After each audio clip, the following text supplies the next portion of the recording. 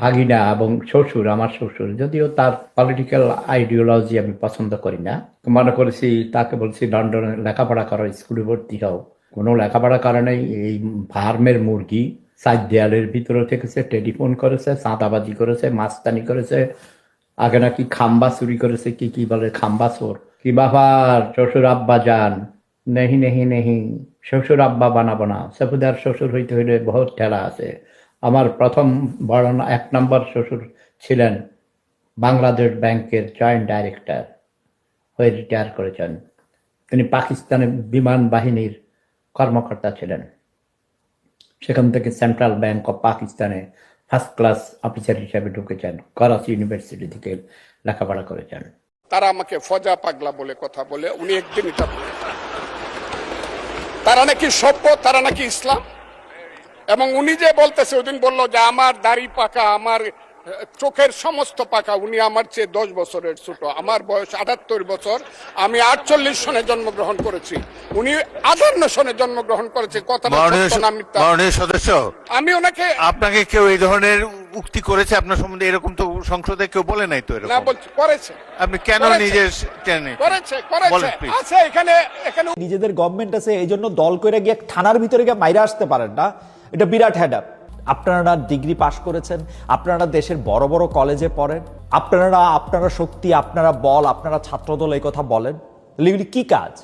এত এত তেজ আপনাদের, এত শক্তি, এত অনুভূতি, আপনারা বিরাট বিচারক হয়ে গেছেন এক একজন। কারণ 71 আর 72 চেতনার কথা বলে যে ব্যবসা বাজারজাত করবার চেষ্টা করা হয়েছিল, খুচরা ব্যবসায়ী মহাজন, পাইকার মধ্যস্বত্বভোগী দোকান পাট কুপি নিবিয়ে পলায়ন করেছে। সুতরাং মাননীয় স্পিকার, নতুন প্রজন্মকে পুরানা চেতনা নামক ট্যাবলেট দিয়ে অচেতন করার কোনো সুযোগ নাই। মানুষ যথেষ্ট কনসাস। মাননীয় স্পিকার, আপনিও শিবির, আপনার পরিবার সবাই শিবির, আপনার আশেপাশে যারা আছে সবাই শিবির, আমরা সবাই শিবির। ভাই কথাটা কেন বললাম দাঁড়ান একটু বুঝিয়ে বলি।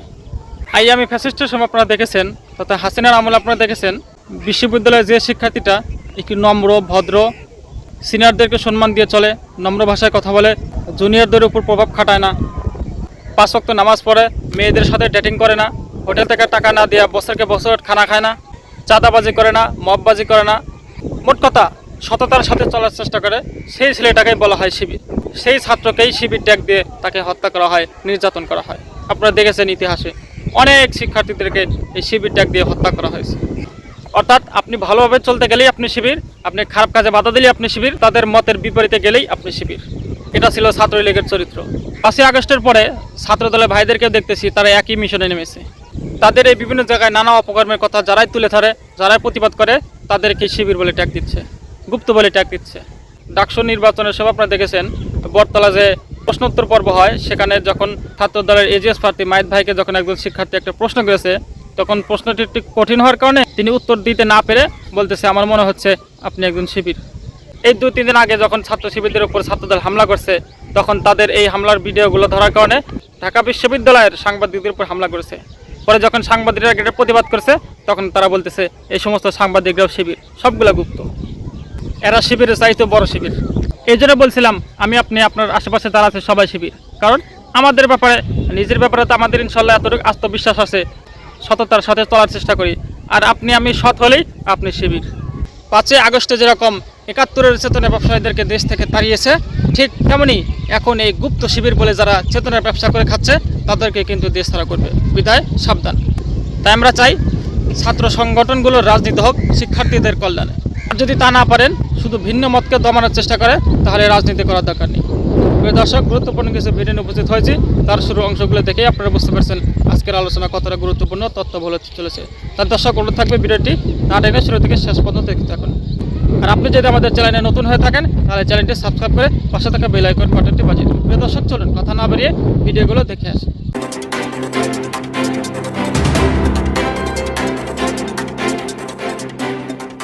চট্টগ্রাম সরকারি সিটি কলেজে ছাত্র দল এবং ছাত্র শিবিরের ভিতরে যে রক্তক্ষয়ী সংঘর্ষটা হলো, সেখানে তো ছাত্র শিবিরের এক কর্মীকে কুপিয়ে পায়ের রক কেটে দিল।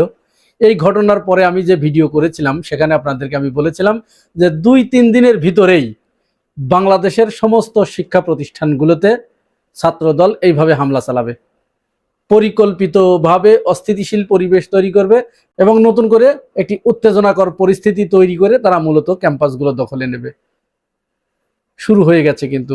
গতকাল রাতে তারা শাহবাগ থানার ভিতরে ডাকসুর সমাজ সেবা সম্পাদক এবং সাহিত্য সম্পাদক এবি জুবায়ের, মোসাদ্দেক এদেরকে থানার ভিতরে পিটিয়েছে পুলিশকে সরিয়ে দিয়ে। পুলিশ সাথে থাকলে ছাত্রদল অবশ্য খুব ভালো পারফর্ম করতে পারে। থানাগুলোতে যখন বিএনপি ক্ষমতায় থাকে তখন তারা খুব ভালো পারফরমেন্স দেখাতে পারে। এক্ষেত্রে ছাত্রদল প্রচন্ড সাহসী, তাদেরকে এর জন্য প্রশংসা করতেই হয়। গতকাল ঈশ্বরদী কলেজেও ছাত্র শিবিরের পূর্ব ঘোষিত একটা সমাবেশ, চট্টগ্রামে যে রক কেটে দিল ওইটার প্রতিবাদ সমাবেশ ডেকেছিল ঈশ্বরদীতে, সেখানেও তারা গিয়ে হামলা চালিয়েছে। এই হামলাগুলো চালানোর পরে তারা একটা জিনিস কিন্তু সামনে আনার চেষ্টা করছে যে গুপ্ত বললে শিবির খেপে কেন, তাহলে শিবির গুপ্ত, আসলে এইটা একটা বয়ান তৈরি করার চেষ্টা করছে। গুপ্ত বললে কি শিবির খেপে? গুপ্ত বললে শিবির খেপছে না তো, বরং আপনারা দেখেছেন, আমি এখানে দেখিয়ে দিচ্ছি, যেখানে যেখানে তারা গুপ্ত শব্দটা লিখেছে শিবির সেখানে গিয়ে ফটো সেশন করেছে, চা খেয়েছে, ওইটার মার্কেটিং করেছে, ছাত্রদলকে ধন্যবাদ জানিয়েছে যে অবশ্যই গুপ্ত রাজনীতি থাকবে না। কারণ গুপ্ত রাজনীতি, ছাত্রদলের সাধারণ সম্পাদক নাসির উদ্দিন তিনি একটা বক্তব্যে, দেখুন আমি একটু দেখাই এটা, তিনি বলছেন যে বিগত 17 বছরে ঢাকা বিশ্ববিদ্যালয়ের ছাত্রদল কোনো কর্মই কাজই করতে পারে নাই, তারা এখানে আসতেই পারে নাই, বলছে গুপ্ত ছিল।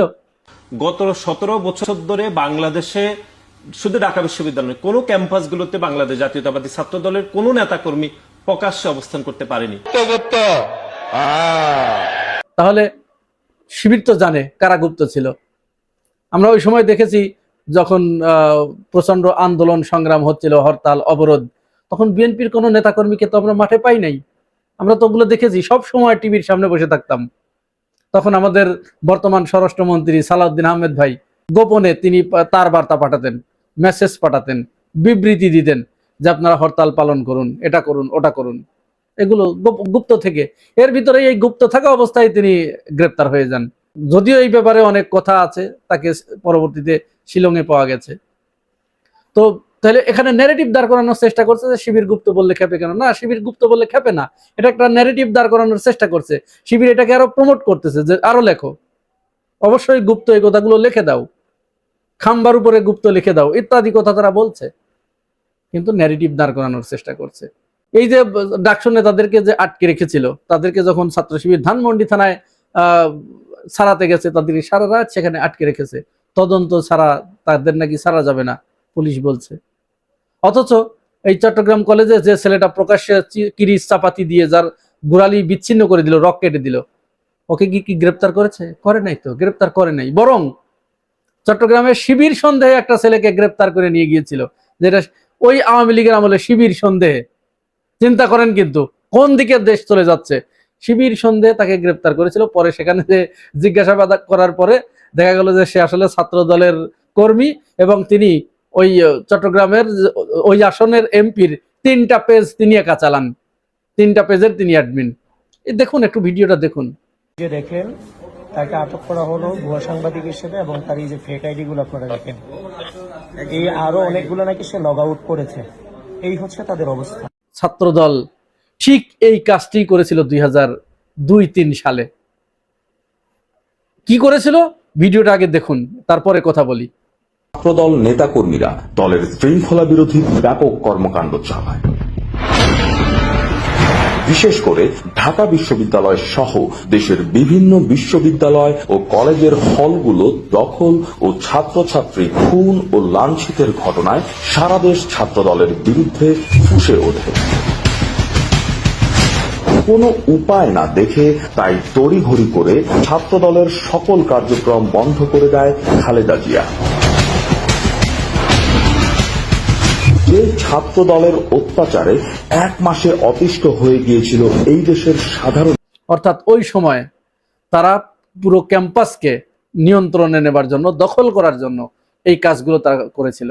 এখানে তারা 2টা কারণে এই অস্থিতিশীল পরিবেশ তৈরি করছে বলে রাজনৈতিক বিশ্লেষকরা মনে করছে, এবং এটাই সত্য। দুইটা উদ্দেশ্যকে সামনে রেখে। নাম্বার 1, প্রায় 3 মাস হতে চলল তারা ক্ষমতায়। এমতো অবস্থায় দেশের প্রায় 5টা সবচেয়ে বড় বিশ্ববিদ্যালয়, সেখানে তাদের কোনো আধিপত্য নাই। এখানে তারা ওইভাবে তাদের শক্তি প্রদর্শন করতে পারছে না, শোডাউন করতে পারছে না। এই বিশ্ববিদ্যালয়গুলোর ছাত্র সংসদ নির্বাচনে ছাত্র শিবিরের একক সংখ্যাগরিষ্ঠতা সেখানে পেয়েছে, ছাত্ররা তাদের সাথে, যার কারণে ওই যে পেশি শক্তি এখানে তারা প্রদর্শন করতে পারছে না। এবং বিশ্ববিদ্যালয়ে তো অনেক ধরনের কাজ হয়, এখান থেকে তাদের আয়ের অন্যতম একটা উৎস। এই আয়ের উৎস তো তাদের এখন পর্যন্ত বন্ধ হয়ে গেছে, কারণ ছাত্র দলের যে কেন্দ্রীয় সভাপতি রাকিব, তার বয়স কত? সে 2005-06 সেশনের সম্ভবত ছাত্র। তার কাছে 5 আগস্টের পরপরই জিজ্ঞাসা করেছিল এক সাংবাদিক যে আপনারা কমিটি দিচ্ছেন না কেন, আপনি ছাত্র দলের সভাপতি এখনো থাকেন কি করে? সব তো ছাত্রে ভরপুর। সে বলেছিল যে না, আমরা এই মুহূর্তে কমিটি দিব না, কারণ আমরা দীর্ঘদিন ত্যাগ স্বীকার করেছি, আমাদের এখন একটু মূল্যায়ন করার প্রয়োজন আছে। তার মানে বুঝতে পেরেছেন, দীর্ঘদিন তারা ত্যাগ স্বীকার করেছে, কোনো উপার্জন করতে পারে নাই। এই কমিটির ভিতরে থেকে কিছু উপার্জন করে যখন তাদের পকেট ভরে যাবে তখন তারা নতুন কমিটি দিবে। এটা ছাত্র দলের সভাপতি রাকিব উদ্দিন নিজে বলেছে। তাহলে কি হলো? তো এই জিনিসটা তো বন্ধ হয়ে গেছে, পারছে না। তাহলে এটা সরকারের জন্য যেরকম একটা বিব্রতকর পরিস্থিতি তৈরি করেছে, ছাত্র দলের জন্য এরকম বিব্রতকর পরিস্থিতি যে কিরে ক্ষমতায় আছি 3 মাস হয়ে গেল, এখনো আমরা ক্যাম্পাসগুলোতে আমাদের শক্তি প্রদর্শন করতে পারছি না। কেন্দ্রীয় থেকেও তাদেরকে চাপ দেওয়া হচ্ছে, এমপিরা মন্ত্রীরা তাদেরকে চাপ দিচ্ছে, কি রাজনীতি করো তোমরা, ক্যাম্পাসগুলো কেন এখনো দখলে নিতে পারছো না? ব্যাস, তারা এবার হামলে পড়েছে, ঝাঁপিয়ে পড়েছে ক্যাম্পাসগুলো দখলে নেবার জন্য। যে করেই হোক ক্যাম্পাস তাদেরকে দখলে নিতে হবে। তারা এইভাবেই আধিপত্যবাদ কায়েম করার জন্য, আধিপত্য বিস্তার করার জন্য তারা এইভাবেই মানুষের উপরে মেরে কেটে গালিগালাজ করে তারা ওইটাকে শোডাউন দিয়ে সেখানে দখলে নেয়। শাহবাগ থানার ভিতরে গতকাল এবি জুবায়ের এবং মোসাদ্দেককে তারা যে ভাষায় গালাগালি করেছে, খালেদা জিয়ার ভাষায়, বস্তির পোলাপান ছাড়া এগুলো কেউ সম্ভব না। এই ভাষাগুলো অন্য কোনো দলের ভিতরে, ছাত্রলীগের মুখে শুনেছি অবশ্য, অন্য কেউ এই ভাষাগুলো ব্যবহার করে না। আর দ্বিতীয় যে কারণ, সেটার সাথে আবার আরেকটা লিঙ্ক আছে যে ঠিক এই সময়ই কেন, এই সময় এসে কেন ছাত্রদল আরো কয়েকদিন পরেও তো করতে পারতো, বা আর কয়েকদিন আগেও তো করতে পারতো এই মারামারিগুলো, গ্যাঞ্জামগুলো, বা আধিপত্য বিস্তার করার চেষ্টা করতে পারতো, এখন কেন? হ্যাঁ, এইখানেও আরেকটা ব্যাপার আছে। এই মুহূর্তে এই আন্দোলনটা করার কারণ হচ্ছে এই মুহূর্তে সরকারের ভিতরে বড় ধরনের কয়েকটা ব্যর্থতা পরিলক্ষিত হয়েছে। নাম্বার 1, সারা দেশে বিদ্যুতের যে ভয়াবহ অবস্থা। ঢাকা শহরে আপনারা যারা আছেন তারা বিদ্যুৎ পাচ্ছেন, গ্রামে 24 ঘন্টার ভিতরে 17 থেকে 18 ঘন্টা বিদ্যুৎ থাকে না। এবং সামনে যে এই অবস্থার উন্নতি হবে এই ধরনের কোনো লক্ষণ, কোনো আলামত কিচ্ছু নাই। তাহলে গ্রামের লোকজন তো অলরেডি ফুঁসে উঠতে শুরু করেছে।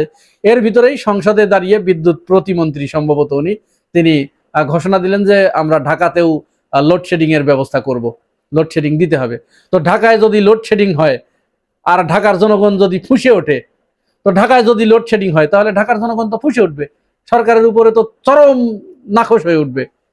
আর এর ঢেউ গিয়ে লাগবে বিশ্ববিদ্যালয়গুলোতে। হলে যখন বিদ্যুৎ থাকবে না তখন বিশ্ববিদ্যালয়গুলোর হল থেকে প্রতিবাদী মিছিল বের হবে, তখন সরকারের 12টা বেজে যাবে, গদি নড়বড়ে হয়ে যাবে, তার ইমেজ ক্ষুণ্ণ হবে।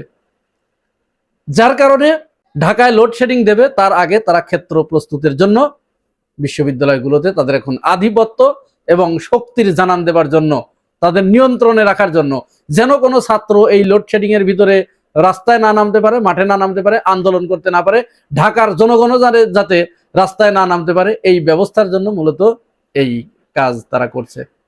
ঢাকার বিভিন্ন জায়গায় বুয়েটের ভিতরে কাল গ্যাঞ্জাম হয়েছে, ঢাকা বিশ্ববিদ্যালয় তো হলো, ধানমন্ডির আশেপাশে সমস্ত জায়গায় 2-1 দিনের ভিতরে দেখবেন যে একেবারে এইভাবে ডিজাস্টার করে ফেলবে। সারা বাংলাদেশে তারা এইভাবে ক্ষমতা প্রদর্শন করে তারা দখলে নিয়ে নেবে, মাঠ দখলে নিয়ে নেবে।